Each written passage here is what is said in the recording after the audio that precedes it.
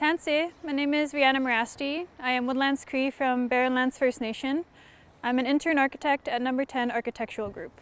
I have been working with Number 10 for the past 2 years after I finished my Masters of Architecture, and I've always been inspired from the aspect of Indigenous architecture.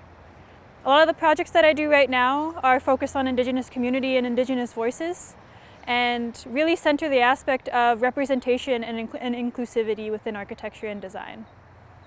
Right now we're standing in front of the Thunderbird House, a relic within downtown Winnipeg that really centers the aspect of Indigenous architecture and was designed by Indigenous architect Douglas Cardinal.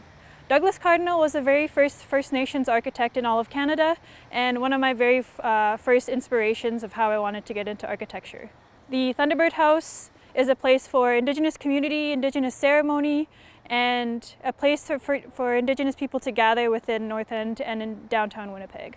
I was very inspired to get into architecture through my grandpa. I spent a lot of my time in northern Manitoba in my home community on Reindeer Lake, on the islands and the waters of my community. I spent a lot of time with my grandpa building log cabins, and he's a hunter, trapper, and a commercial fisherman. I spent a lot of time on the land, learning from the land, and being fed by the land.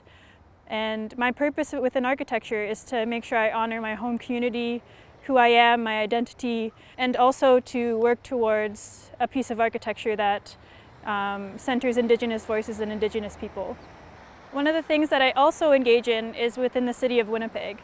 I am the chair of the Welcoming Winnipeg Committee of Community Members, and this committee looks at renaming historical markers, creating place names, to really reflect Indigenous history, perspectives, and principles within the City of Winnipeg. And what I think is really important is that this process makes sure that Indigenous people feel welcome within the city and they feel themselves represented in the histories, the perspectives, and the place names within the city, and really have this sense of home within their community.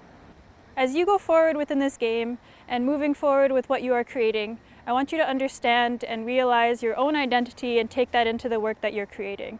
I want you to understand this community that we're in right now, the people that live within this space, and what is really required for and what our community needs. And really have this understanding that everything that you should be doing is for the community and is for the city as a whole.